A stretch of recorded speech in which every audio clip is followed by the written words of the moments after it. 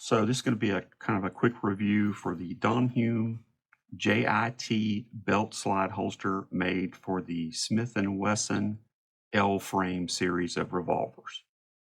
And I'll get back to the fit in just a second. So this is a belt holster designed to ride on the belt. It mounts on the belt with these two belt slots. You have one slot here, which the belt would come in through here and then run through this slot. This holster is designed to be, it's what's called a strong side holster. It's a right-handed model. So a right-handed model would ride on the right side, right about the hip for a right-handed shooter. That's kind of where it's designed to go. You can move it a little bit. There's a little bit of range in there that you can move it, but that's the general idea.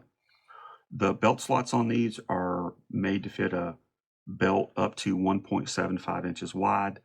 You can get a 1.75 inch belt in here, but it's a very, very tight fit and it takes some work. I think a 1.5 inch or inch and a half belt, gun belt, is probably a better choice. But that's just my opinion.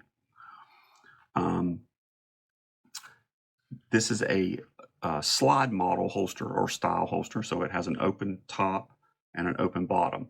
The open bottom means that the barrel of the L Frame revolver is going to stick out of the bottom of the holster. Now, how far it's going to stick out will be dependent on the barrel length of the particular revolver.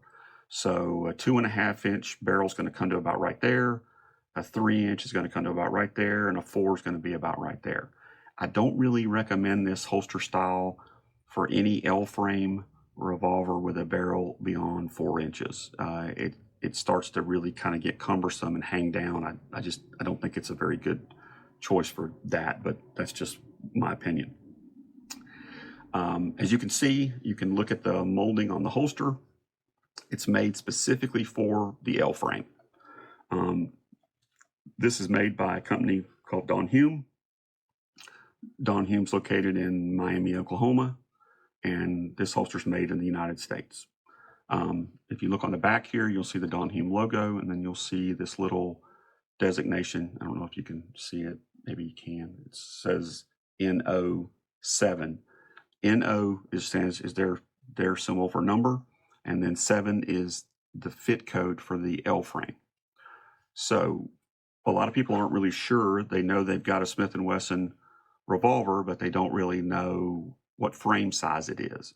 So the common L frame models that would fit this holster are your Smith & Wesson 581, your Smith & Wesson 586, the Smith & Wesson 686. The 686 Plus will fit this, even though it's a 7-shot versus a 6. It'll still fit it.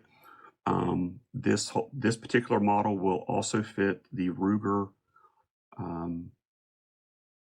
GP100, and then it will also fit the Colt Python and the Colt Trooper. And the reason it'll kind of cross fit over into those models is because those other non-Smith & Wesson models are similarly sized, or they're close enough in size where they'll fit just fine in this holster.